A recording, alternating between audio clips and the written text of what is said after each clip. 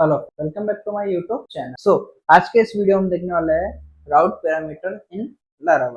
Basically हमने last वाले video में भी जो है वो राउट के बारे में ही पढ़ा था, जिसमें हमने जो है वो एक ब्रीफली डिस्कस करा था कि राउट एक्चुअल में होता क्या है। तो अभी तक आपको राउट के बारे में नहीं पता है तो आपको जो है वो आई बटन पर लिंक मिल जाएगा एंड प्ले लिस्ट के अंदर भी आपको जो है वो वीडियो मिल जाएगा। तो वहाँ पे आप जाके वीडियो देखोगे तो आपको समझ में आ जाएगा कि राउट क्या होता है। देन उसके बाद आप जो है वो पैरामीटर राउट के बारे में पढ़ सकते हो। तो what is route parameters? Dynamic value pass directly through the URL path in Laravel.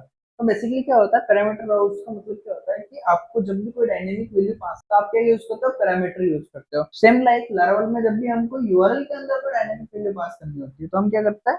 Dynamic parameter या फिर आप कह सकते हो routes parameter. Okay, routes parameter allow developer to pass dynamic value direct through the URL path. तो अब ये क्या करता है कि लारावल हमको अलाउ करता है कि जो यूजर है वो डायरेक्टली वैल्यू पास कर सकता है पाथ में, किसके थ्रू? जो है वो यूआरएल के थ्रू। Laravel capture this specific URL segment and the route and then design to closure of the control of the process. तो बेसिकली क्या होता है कि इस क्लोजर के अकॉर्डिंग या इस राउट के अकॉर्डिंग जो है वो लारावल ऑटोमेटिकली उस राउट के अकॉर्डिंग जो है वो उस कंट्रोलर को मैसेज भेजेगा उस आईडी के बेस पे जो है वो क्लोजर या फिर जो आपकी जो पूरी प्रोसेसिंग है वो डिफाइन कर सकता है। डन। तो ये हमारे पास जो है वो लारावल के अंदर पूरी जो है वो फ्रीडम होती है कि हम जो है वो लारावल को जो भी हमारी यूआरएल है उनको पूरा डायनेमिक हम बना सकते हैं। तो अब क्या होता है बेसिकली डायनेमिक मैपिंग किस तरीके से वर्क करती है? जस्ट लाइक मैंने यूजर पास करा और यहाँ पे मैंने 10 पास कर दिया। अब ये क्या हो सकती है? मेरी यूजर की आईडी। अब अभी मैंने 10 पास करा हो सकता है मैं आगे वाले यूआरएल में 12 पास कर दूं, नेक्स्ट यूआरएल में मैंने 14 पास कर दिया। अब क्या करेगा? यहाँ पे मैंने राउट के अंदर कुछ इस तरीके से डिफाइन कर रखा होता है कि मैं आईडी को जो है वो डायनेमिकली यूज करूंगा। तो कैप्चर 10 एज आईडी। तो मैंने यहाँ पे क्या करा है? 10 को एज ए आईडी पास करा है। तो आईडी में क्या हो सकता है? कुछ भी हो सकता है। 10 हो सकता है, 12 हो सकता है, 15 हो सकता है, 19 हो सकता है। देन मैं क्या करूंगा? कंट्रोलर को पास करूंगा आर्ग्यूमेंट। ठीक है, कंट्रोलर को मैंने आर्ग्यूमेंट में पास करा आईडी, तो कंट्रोलर को क्या मिला? 10। तो अब कंट्रोलर क्या करेगा? इस यूजर आईडी के बेस पे डाटा बेस से उसका रिकॉर्ड निकाल के लेके आएगा या फिर जो भी हमको प्रोसेस करवाना है वो हम प्रोसेस करवाएंगे और उस यूजर आईडी के बेस पे हम जो है वो डायनेमिक डाटा आउटपुट देंगे। हो सकता है कि यूजर आईडी 10 में अलग आउटपुट आएगा, यूजर आईडी 5 में अलग आउटपुट आएगा, यूजर आईडी 1 में अलग आउटपुट आएगा। तो हर एक यूजर आईडी के बेस पे हर एक अपन डायनेमिक पैरामीटर के बेस पे जो है हम आउटपुट भेज सकते हैं। तो ये होता है बेसिकली राउट पैरामीटर। यहाँ पे जो है हम एक बार कोड में भी इसको बना के देख लेते हैं तो आपको जो है प्रॉपरली समझ में आ जाएगा कि हम इसको जो है कोड में किस तरीके से वर्क कर सकते हैं। तो जस्ट लाइक हम क्या करेंगे? एक राउट बनाएंगे और यहाँ पे हम जो है वो यूजर पास करेंगे और यहाँ पे हम जो है वो आईडी ले लेंगे। हमने फंक्शन के अंदर आईडी पास कर दी है और हमने जो है वो पेज के अंदर भी हमने जो है वो आईडी पास कर दी। यहाँ पे हम जो है वो रिटर्न डायरेक्टली आईडी कर सकते हैं। तो यहाँ पे हम जो है वो रिटर्न आईडी कर लेते हैं और यहाँ पे जो है हम इसको आगे टेक्स्ट भी दे देते हैं, यूजर आईडी रिसीव। डन।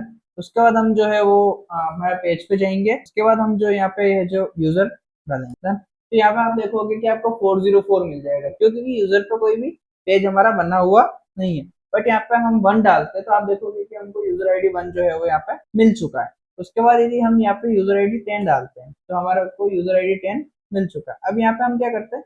एक कंडीशन लगाते हैं। जस्ट लाइक हमने एक कंडीशन लगाई है, आईडी इक्वल इक्वल यदि हमारे पास 10 आता है तो हम देंगे सुपर एडमिन। और यहाँ पे हमारे पास जो है वो यदि नॉर्मल आईडी आती है कोई भी तो हम जो है वो ओनली आईडी ही रिटर्न करेंगे। यदि हमारे पास 10 आता है तो हम इसको सुपर एडमिन देंगे। बट यहाँ पे हम जो है वो आईडी यदि 9 करते थे, यहाँ पे आप देखोगे कि हमको जो लास्ट वाला कोड है वही रन होगा, यूजर आईडी 9। तो इस तरीके से हम जो है पूरा डायनेमिकली कर सकते हैं हमारे कंट्रोलर को और हमारे राउट को। जब हम यहाँ से कंट्रोलर के ऊपर भी रिक्वेस्ट दे सकते हैं तो कंट्रोलर के अंदर भी हम जो है वो सारे सारे लॉजिक लगा सकते हैं और यहाँ पे आप डायरेक्टली फंक्शन लिख के भी लॉजिक जो है वो लगा सकते हो। सो आई थिंक आपको जो ये वाला फ्लो है डायनेमिक मैपिंग पाइपलाइन वाला वो आपको क्लियरली हो चुका होगा कि हम जो है यहाँ पे किस तरीके से आईडी पास करेंगे, किस तरीके से हम आईडी को यहाँ पे राउट में यूज करेंगे, किस तरीके से हम जो है कंट्रोलर के अंदर यूज करेंगे, किस तरीके से हम जो है वो रिस्पॉन्स देंगे। देन हम देख लेते हैं। देन हमारे पास होता है रिक्वायर्ड राउट पैरामीटर। अब रिक्वायर्ड राउट पैरामीटर में क्या होता है बेसिकली कि हमको जो है वो पैरामीटर चाहिए ही चाहिए। अब जस्ट लाइक हम यहाँ पे देख लेते हैं, required parameter are mandatory to segment in your route definition. तो बेसिकली क्या होता है, हम जब राउट के अंदर जो है वो इनके अंदर हमने वो कर दिया है डिफाइन कि हमको ये चीज चाहिए, तो फिर वहां पे आपको एरर मिलेगी। In this example id is a mandatory parameter if a user visit user.5 the application output user id 5 done.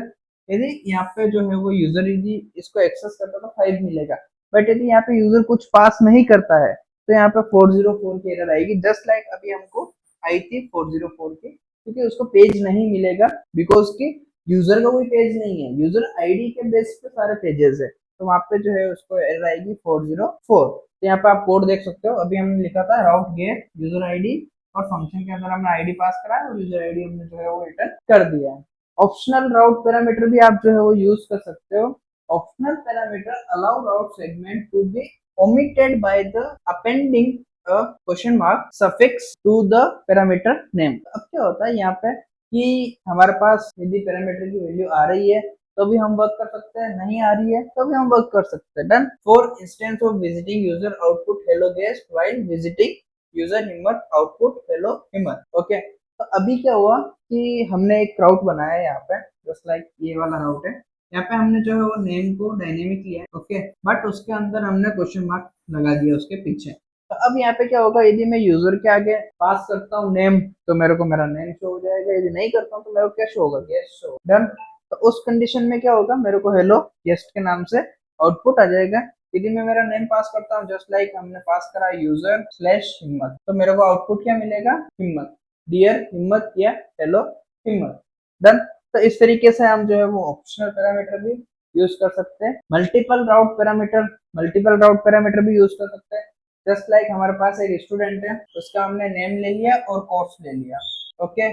तो अब यहाँ पे हमने क्या करा है, यहाँ पे हमने दो डायनेमिक वेरिएबल, फर्स्ट हमने लिया है नेम, सेकंड हमने लिया है कोर्स। तो हमारा जब भी यूआरएल बनेगा तो वो कुछ इस तरीके से बनेगा, स्टूडेंट हिम्मत पीएच। डन। तो हमने हमारा जो यूआरएल बनेगा वो क्या बनेगा, मेन डोमेन स्टूडेंट हिम्मत पीएचडी। तो ये क्या होगा, हमारा एज अ नेम कंसिडर होगा और ये हमारा जो होगा एज अ कोर्स कंसिडर होगा। तो इस तरीके से हम जो है मल्टीपल पैरामीटर भी पास कर सकते हैं राउट के अंदर। राउट पैरामीटर कांस्टेंट, तो बेसिकली क्या होता है कि कुछ कुछ राउट जो होते हैं वो हमारे प्री डिफाइंड होते हैं, जस्ट लाइक कि हमको सिर्फ ओनली आईडी ही चाहिए इसके बाद। तो अब क्या होता है, मैंने मान लो कि यूजर स्लैश 10 लिखा तो मेरे को आउटपुट सही मिलेगा, बट यहाँ पे मैंने क्या करा, यूजर स्लैश हिम्मत कर दिया, तो अकॉर्डिंग टू राउट तो ये चल जाएगा। क्यों, क्योंकि राउट जो है वो आईडी हमने कहीं यहाँ पे मेंशन नहीं कर रखा है कि ये आईडी जो है वो इंटीजर है या फिर हमारी कैरेक्टर है या फिर बुलियन है। तो हमने यहाँ पे क्या करा, एक और कंडीशन लगा दी है कि जो आईडी है वो 0 से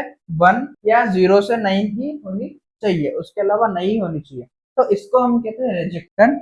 ये हमारी होती है रेगुलर एक्सप्रेशन रिजिक्स कंडीशन। तो इससे हम जो है वो डाटा डिफाइन कर पाते हैं कि हमको डाटा एक्चुअल में चाहिए क्या। तो यहाँ पे क्या होगा, यदि यूजर 25 करा तो हमको मिलेगा ओके रिस्पॉन्स, तो 0 0। बट यदि यूजर एबीसी कोई भी करता है तो हमको मिलेगा 40। बल्कि दोनों ही राउट है, यहाँ पे आपने सेम राउट में वैल्यू पास करी, यहाँ पे भी आपने सेम वैल्यू पास, बट इस कंडीशन के अकॉर्डिंग आपका जो पेज है वो नोट काउंट हो जाएगा, क्योंकि ये एक्सेप्ट क्या करेगा, 0 से 9 के बीच में ही वैल्यू एक्सेप्ट करेगा, कोई भी अल्फाबेटिक जो है वो वैल्यू वो एक्सेप्ट नहीं करेगा। सो फ्रेंड्स, आज की वीडियो में इतना ही, और आई होप कि आपको राउट पैरामीटर के बारे में फुल्ली क्लियर हो चुका होगा। इसके बाद भी यदि आपको कोई भी डाउट रहता है तो आप जो है वो मेरे को कमेंट में पूछ सकते हो, आप मेरे को इंस्टाग्राम पे डीएम कर सकते हो, वहाँ पे मैं जितना हो सकेगा उतनी मैं आपकी हेल्प करूंगा। एंड मेरा जो मोटिव था कि राउट पैरामीटर से रिलेटेड सारी सारी चीजें कवर करना, तो वो मैंने इस वीडियो में कवर करी है जितनी चीजें हो सकती है। इस केस यदि आपको वीडियो अच्छा लगा है तो वीडियो को लाइक कर देना, चैनल को सब्सक्राइब कर देना और अपने दोस्तों या शेयर जरूर कर देना। Thank you friends, watch my video.